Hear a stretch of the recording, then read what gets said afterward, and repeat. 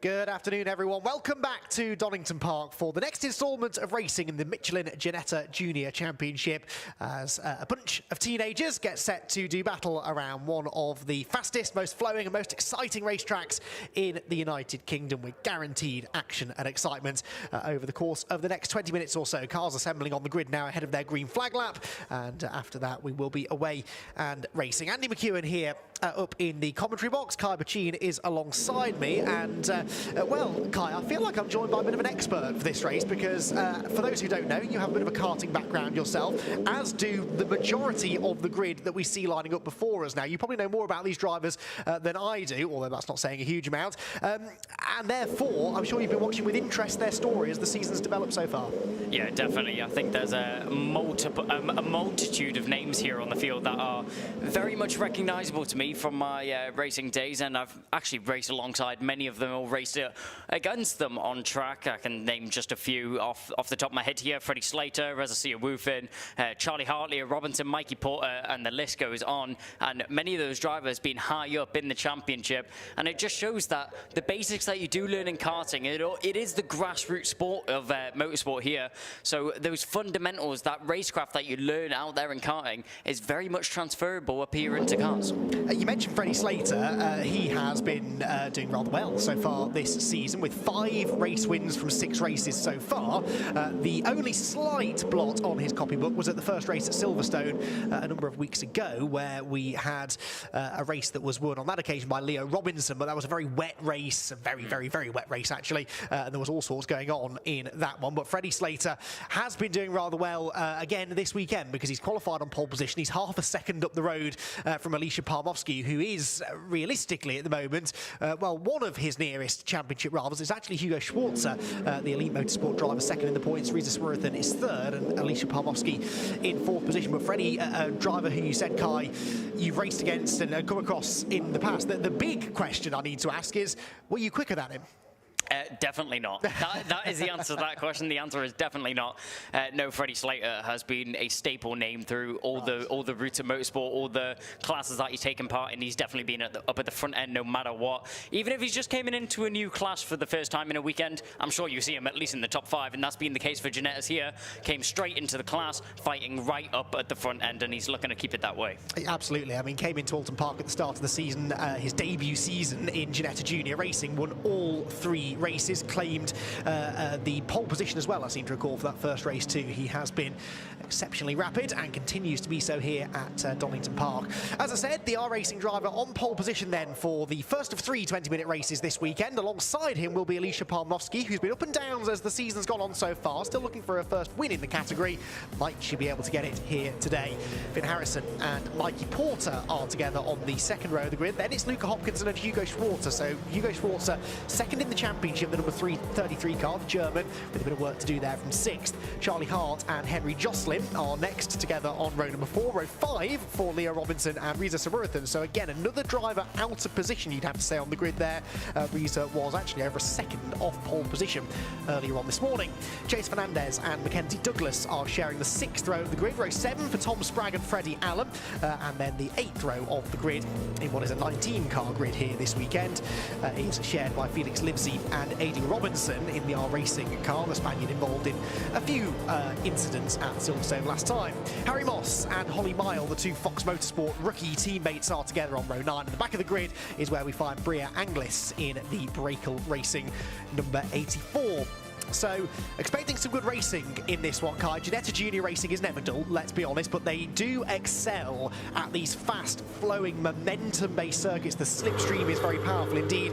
And here at Donington, it really is one of those tracks where, this sounds like a silly thing to say, but one corner leads into another, If you go side by side through one corner, it holds you up, the whole pack bottles together. We've seen some cracking junior racing down the years here at Donington, and I'm hoping for more of the same today. No, you're 100% right, Andy. As you were mentioning, it's one corner leads into another. If you get one bad exit, make one mistake through one corner, that's going to hurt you for the next 3-4 corners to come, and that just means that you're straight into the clutches of the drivers in behind. And with these junior series, it's so close between every single one of them. You cannot miss a mark here on any of your laps, or you're straight going to be in the firing range of someone trying to get past you. Indeed so. And then, of course, you get into that final sector, which is not particularly fast and flowing, but it does feature the 2 very tight hairpins Yep. where many a driver has made a great lunge up the inside, and I'm sure that these youngsters are not going to be averse to doing the same sort of thing. So, as has been really the story of the season, R Racing versus Elite Motorsport at the front of the grid. R Racing's Freddie Slater will be starting from pole. He is the grey and black number 70 car with the blue highlights on the left, the yellow and black of Elite Motorsport, the sort of traditional Elite Motorsport colours, if you like, for Alicia Palmowski. Then Assetto Racing's Finn Harrison starting third, and Mikey Porter will be on the outside of that second row of the grid. 20 minutes on the clock, the sun continuing to beat down here at Donington Park, and those red lights will go out momentarily. Well, we're away in racing at Donington. Off they go. Freddie Slater making a decent start, tries to come across to block Palmowski, but Palmowski, not for the first time this season, actually gets the better start of the front row sitters. Can she come across in front of the pole sitter into Redgate Corner, though? The answer is no, and so Freddie Slater will retain the advantage. Palmowski now trying to fend off Finn Harrison for second as they run out of Redgate Corner, down the hill through the Craner curves. One car is out wide in the dirt further back. That was Mackenzie Douglas, but apart from that, Kai, clean start. No, very clean start. You can see drivers side by side all the way through the field. We're looking up at Harrison in front and Palmowski. Palmowski actually dropping down into third position as losing out on a position there to Harrison. That's a shame to see, but Finn Harrison up into second position. So Palmowski, not the start she would have been hoping for, drops down into third, and Finn Harrison looking to be on a charge to try and challenge Slater for the race lead right now. Slater didn't get the best of getaways that he would have hoped for from the start of this race. As you can see in the background there, that's the number 16 going for a move. That's going to be Sprague making his way up into 12th, and look at the gaggle of cars as they make their way through the infield section. Back down the inside, Palmowski actually having to defend on the inside there, as trying to dive around the outside is Mikey Porter. That one's not going to work that time around, so Palmowski just about holding on to third position, but under so much pressure on this first lap. Yeah, indeed so. Palmowski, I think, went to the inside to defend into McLean's, lost all of her momentum. Remember, we spoke about how important momentum is here at Donington. That almost allowed Mikey Porter to go the long way round, but look in her mirror, she's got a sea of R Racing cars just ganging up on her now as they drop down into the Melbourne hairpin. The leading two, therefore, getting away, and Palmowski doesn't know which way to go. She tries to hold the inside line. To the outside again goes the onboard camera car. That's number 19, Mikey Porter, but he still can't quite break through her defences. Bit of rubbing and touching going on further back. That almost ended in tears, but they've just managed to get away with that unscathed. Bits of trim do go flying in the background as the leaders make their way through Goddard's at the end of the first lap. 3 abreast action further back, and inevitably there is contact. One car sideways in the middle of the field. Did they gather that together? I think they might have done. That could have been a lot worse, Kai. Yep, everybody just about staying in a straight line right now as we see the drivers darting down towards turn 1 in the background there. That's an attempt for an overtake. Couldn't quite catch the number, but we'll see as they make their way through. Going defensive, that was the number 24 going down towards the first corner, just trying to hold on to the position that is available to them. As we see now going down the hill, as we make our way towards the old hairpin, a very tricky zone which we've seen from many drivers making mistakes. Very easy just to go a little bit too deep and a little bit too eager into the corner. A bad exit there from Palmowski means that Porter's able to gain a little bit of time on the exit, but not enough to be within overtaking range going up to the top end. And that's one driver off the circuit there. That looks like that was the number 51 of Edu Robinson. Your eyesight's better than mine, because through the cloud of dust I couldn't see. You are right though, it is the number 51 car that's off down at the bottom of the hill. Out wide there at McLean's goes Chase Fernandez, the number 90. The car that got tagged sideways at the final turn, by the way, was Henry Jocelyn. That's a real shame, because Henry qualified 8th, came through in 14th at the completion of lap 1, and there was the moment down at the old hairpin, and well, unfortunately, Edu Robinson didn't get there on his own. It looked like Felix Livesey had at least a small part to play in all of that, as the two tried to go side by side through the right-hander at the bottom of the hill. So typical Ginetta Junior action so far, fast, frenetic, you don't know where to look next. For the time being, let's focus on Hugo Schwarzer, because he hasn't really made the forward progress he would have liked. In fact, he lost 2 places on that opening lap and might now lose another one, because up the inside goes Reza Sarurathan, 2 of the championship front runners here, Kai, side by side, but a lot further back than we expected. Yeah, a lot of battling going on right now, and you can see a little bit of damage there on the car of Fernandez. It looked like the hood cover was loose as he was making his way down the back straight towards the Melbourne hairpin. We'll see around the final couple of corners, drivers still rubbing as they make their way around the Goddards, and onto the home straight we go. And this is where we'll see if the damage is actually substantial there to the number 90 as we go down the home straight. Looks like that front fairing and the hood cover just about staying in place. Not anymore as he goes under braking there. It'll be very tricky to see where he's going as he's under braking. But even though he can't see where he's going, he dives down the inside trying to make the move. But on the switch back there, it looks like the number 78, that's going to be Reza Siawufin, just about getting the switch back. They make their way down the hills. They're still fighting for position side by side. And it looks like it's going to be Fernandez actually maybe even losing out on 2 positions as they go down towards the old hairpin. Siawufin just about tagging into 8th position right now. And into a yellow flag zone, so they got that sorted just in time. That was Leo Robinson joining in the fun, but I do think that Fernandez managed to keep him at bay. Yep. Meanwhile, for the race lead, it is Freddie Slater not escaping at all here, is he, from Finn Harrison?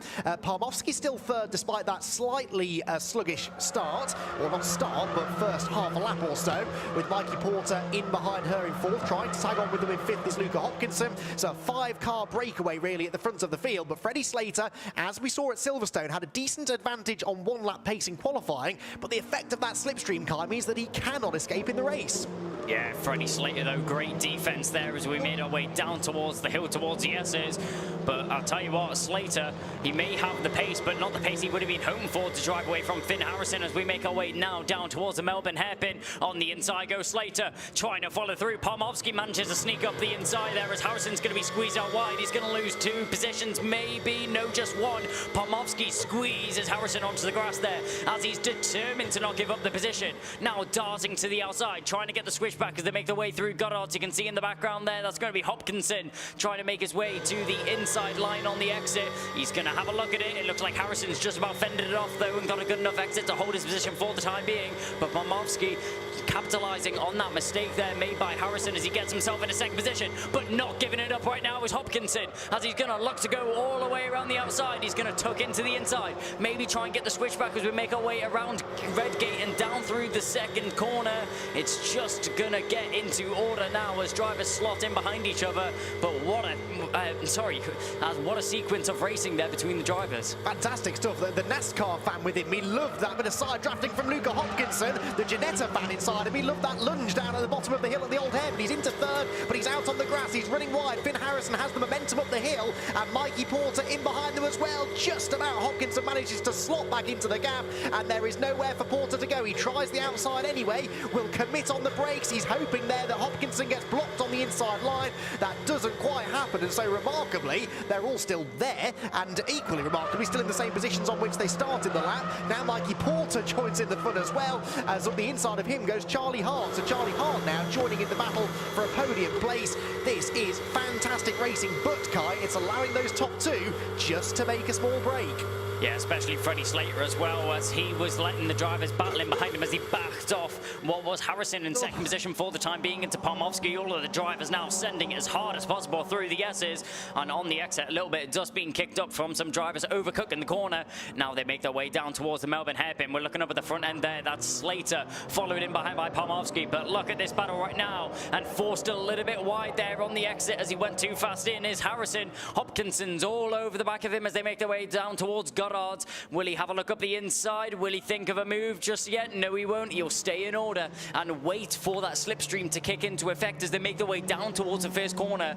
As with the overspeed you'll have is probably your best opportunity and your best bet to make an overtake. 2 drivers being warned about track limits already. One is Chase Fernandez. The other is Finn Harrison, who I saw definitely cutting over the corner through the chicane again. So don't be surprised if we hear of some track limits penalties before the checkered flag, much as we saw at Silverstone last time. Right, back to the midfield battle, and that's Henry Jocelyn in the white, red and blue car up the inside of the number 16 there of Spragg. Tom Spragg, that is, through Redgate corner. Tom manages to fend him off. Chase Fernandez there, the number 90, the other car being warned about track limits, but right now he's more concerned with Reza Siawufin trying to get up the inside of him, as Siawufin dropped 3 positions on the previous lap, down to 11th for the driver who, remember, came here 3rd in the championship and in danger of losing touch with the front runners already. Up through McLean's, they're pairing off now at the front of the field, 2 for the lead, and then these 2 battling over 3rd, and then in the background Charlie Hart and Finn Porter nose to tail for 5th position as well. I almost wonder here whether Parmovsky and Slater, temporarily at least, Kai, are content to work together to try and pull away from the rest of the pack, then settle it between themselves later. it would definitely be optimal for the two drivers there as diving down the inside there. We see the number 90 going for another overtake and slipping through as well goes the 78. So Fernandez and Steve Woofin both able to make a move there on Henry Jocelyn. But as we were saying, the front two drivers, it goes down to the old adage that two cars are faster than one, and we can't take our eyes off this battle here, and we can't take our attention away from it as they're swapping positions left, right and centre. But down the inside, there goes Pomofsky. She's going to make her mark on the lead, but on the switchback, Slater gets a great run out of the old hairpin there as we go down the back end of the circuit, down towards Goddard's. We're neck and neck, side by side. Pomofsky and Slater dueling it out as they make their way down now. The 21's on the inside. Pomofsky's just about holding on to it for now, but what an exit there from Slater. Is she able to shut the door in his face? She's going to try to, but Slater still edging his way on the outside here. You can see a little look to the inside there. He can see that he doesn't have enough room to try and close the door and make the move. He's going to try and brake earlier, but a great reaction there from Pomofsky. Forces Slater out wide. He's going to have to run the long way round, but he's still not giving up. Freddie Slater, great racecraft between these two right here as they rub door to door as they make their way down the hill towards the old hairpin. Now this is going to be where we see who comes out on top between these two. It's going to be to the inside. Slater doesn't give it up, but he's going to have to. Had to. Pomofsky tried to leave space, but she was carrying so much speed through the old hairpin, she inevitably washed out wide, and unfortunately, as Slater had to get off the throttle, he loses all his momentum up the hill, and so through come Harrison and Hopkinson as well. So Freddie Slater, championship leader, in unknown territory here, really, off the podium temporarily, but we've still got nearly half the race to go. I'll tell you what, if ever you doubted whether Alicia Pomofsky has a long and bright future in motorsport, not only was that a brilliant bit of overtaking, but instantly proving the commentator wrong. Just as we said she might work with Freddie Slater, up the inside she went into the Melbourne hairpin. Proving commentators wrong is a must if you want a career in motor racing. Now, can she hold on to the race lead? Down towards the chicane again, being pushed along now by Finn Harrison, and a dive up the inside there. Freddie Slater against his teammate back onto the podium. That was really, really brave stuff. I'm not convinced Luca Hopkinson will have appreciated that though, because again, the momentum has gone and perhaps more places with it.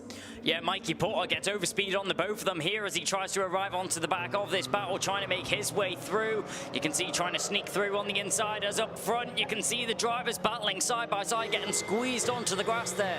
Was Hopkinson. All of that momentum lost from that overtake from Slater, maybe even loses him 3 positions in doing so. We'll see as they come around the final corner. He just about stays in order, and Mikey Porter, even though he had a run on both of these cars, not able to gain any positions just yet, but we're still side by side as we go down the main straight here. Charlie Hart on the inside. The number 50 is going to get the inside line as we make our way into the first corner. We're going to dive down, but very late on the brakes there was Hopkinson as he tries to follow through. We actually have a time penalty going out to 2 of the drivers there. It's the number 90 and the number 38 there. So the 38 being Harrison. Harrison being in 3rd position right now. That 5-second penalty is going to be crucial for him. Big contact down through the crane of curves. That was coming from a long way away. The car on the inside got loose and tagged Mikey Porter. Now, was the car on the inside Luca Hopkinson? Couldn't quite see from there. I think it may well have been, the R-Racing car in the gravel, and that was a very spectacular lose at a very, very high-speed part of the circuit. I think that was Luca Hopkinson up the inside of Mikey Porter. The two of them tangled, and unfortunately have both deposited themselves in the gravel trap. Now, we'll wait and see whether that requires an appearance from the safety car. Meanwhile, Alicia Pomofsky has her hands full. Freddie Slater coming up to challenge for the lead again, and you've got Finn Harrison in there too. So 3 cars, all representing different teams, going toe-to-toe for the race lead with 7 and a bit minutes to go. Pomofsky on the inside, Slater on the outside, into the Fogarty S's. Pomofsky always likely to win out on the way in, but can Slater get the better exit? Peek to the inside into the Melbourne hairpin, not quite, and so Pomofsky able to come to the right and defend.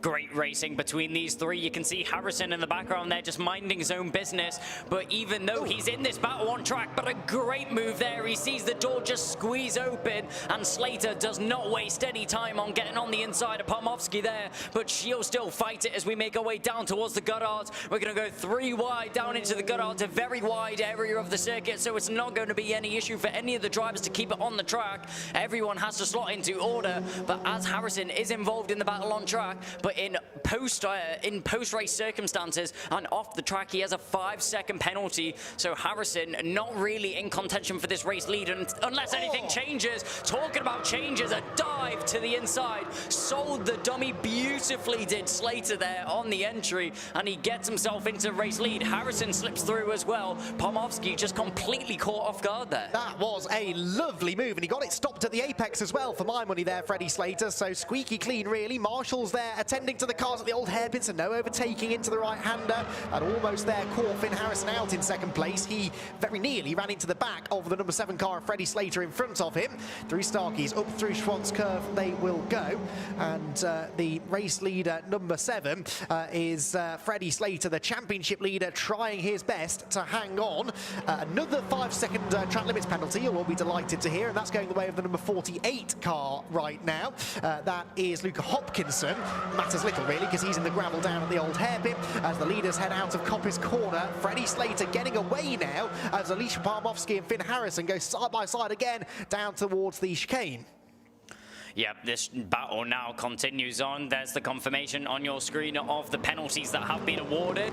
Harrison brakes very late there going into the S's, maybe overcooks it just a little bit, just about keeps the car under control. Actually doesn't get a bad exit off the corner. Pomofsky does get a better exit though. So going down towards the Melbourne hairpin here, she has an opportunity, doesn't think of it just yet. Does Pomofsky? We go on the exit here. Slater with these two drivers battling in behind, able to extend just a couple cars width, a little bit of breathing room, so he doesn't need to worry about these drivers in behind just as much as he did before.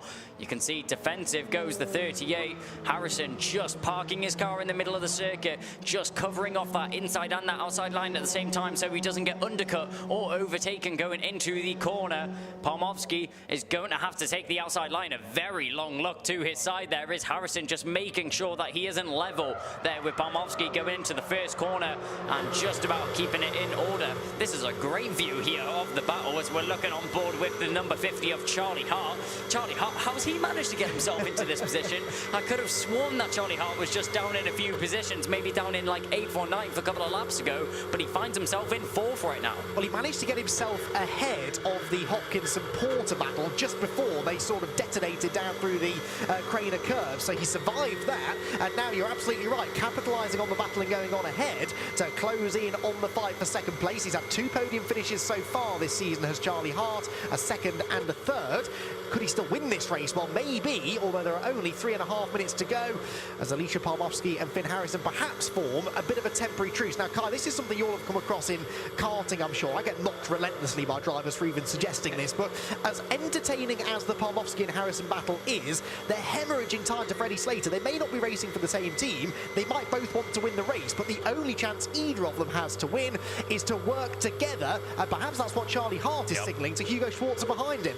Yeah, that's exactly what Hart is thinking, and yeah, in karting you always want to be in front of your competitor, but if it's going to benefit both of you, and especially you as a driver in that situation, you're going to try and do what's best for your car to put yourself in the best position going forward, if that's being to work together to try and catch the race leader. But obviously if you've been in a battle for so long with another driver, you're always so frustrated that you're still going on with that battle that you want to excel and be out in front of that other driver. Yeah, absolutely, and it is that frustration, I think, slowly starting to boil over for one or two of them. Number 78 now being warned about track limits. That's Reza Samurathan, who's having a nightmare race, isn't he? Down in 11th place at the moment. 2.5 minutes to go, 2 laps to go, and 1.2 seconds is the gap between Slater and Harrison. Harrison, in a way, not there, though, with this 5-second penalty, so Palmofsky essentially is second, but she still physically has to negotiate the number 38 car ahead in order to have a chance of chasing the lead. Charlie Hart still gesticulating away as they go past the yellow flags at the top of the Craner curves.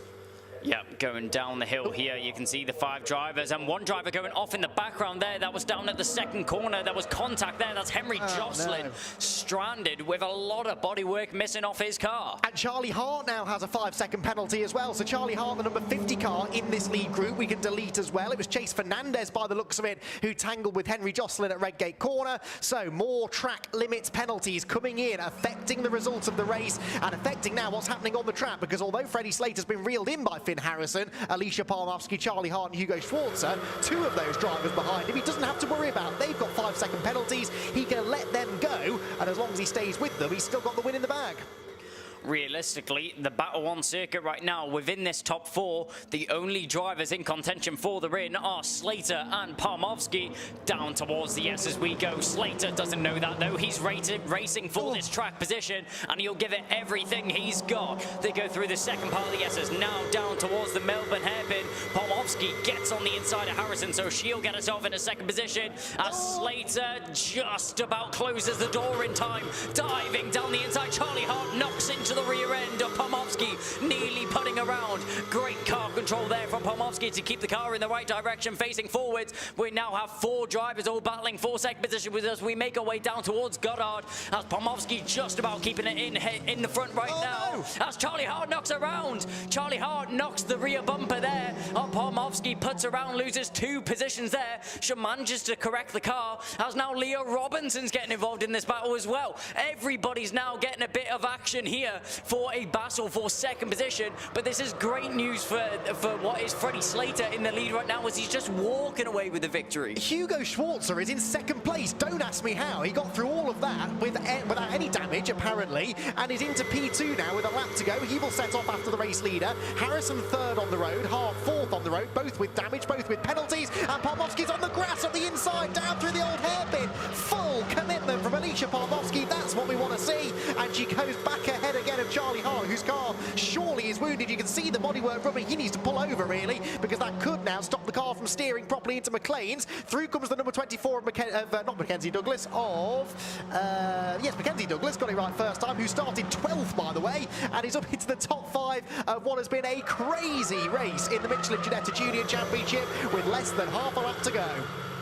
Yeah, Charlie Hart completely out of this race now, but look back up at the front end. Freddie Slater, and that's Hugo Schwarzer, has managed to get himself into second position, but as we're going down into the final couple of corners, we're making our way down into the S's right now, which is looking to be secure for our top 2, but we're keeping an eye on this battle right here. You can see Palmowski and Douglas still battling it out. Douglas with a great exit there out of the S's. They'll dive down towards the Melbourne hairpin. Will he think of a move going to the inside? Palmowski covers as they go down into the braking zone. Will there be a good exit here from the 24 to try and get the switch back? It's not good enough, but he still has a chance going down into Goddard. To the inside goes Palmowski. It's going to be a last corner dive if he wants to get it done here for Douglas. He's going to go the opposite way. Palmowski just about switches directions and closes the door going into the final corner. Palmowski will cross the line, but they're still side by side. Across the line we go. And Freddie Slater has a track limits penalty. Hugo Schwarzer just won that race because he was the only one in the lead group who didn't exceed track limits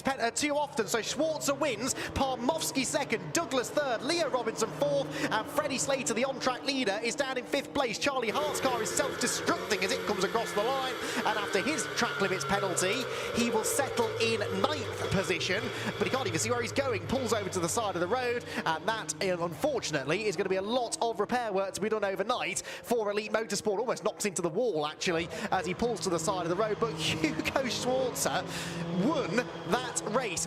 More now, yes, number 7 Freddie Slater, we now get told has a 5-second penalty, but we'd seen it already on the amended results. So Schwarzer wins, Palmowski 2nd, Douglas in 3rd position. What a race.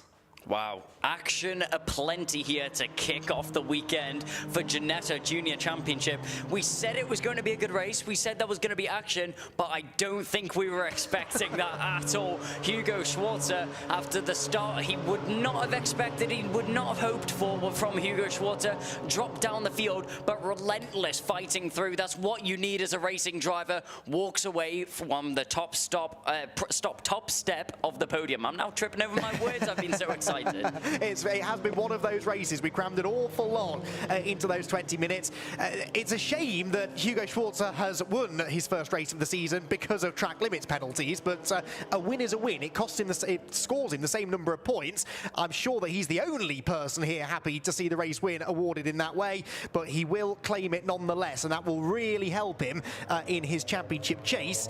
Hugo Schwarzer, remember, came into the weekend 39 points adrift of Freddie Slater later, and he's just taken a nice little chunk out of him. So Elite Motorsport 1-2, somehow. Hugo Schwarzer and Alicia Parmovsky, both of whom had their dramas in that race, with Mackenzie Douglas in third. Leah Robinson was fourth for R Racing, with Freddie Slater, the on-track winner, having to settle for fifth after a 5-second track limits penalty. Finn Harrison also had one of those in sixth position. Reza Samurathan therefore moves into seventh, which salvages a few points for him. Then it was Freddie Allen, Charlie Hart with a wounded car, badly wounded car, and a penalty, ends up ninth, ahead of Tom Sprague in 10th. Then it was Moss, Mile, Anglis, Fernandez, and Jocelyn. In fact, no, Anglis, the last of the finishers, Brea Anglis in 13th.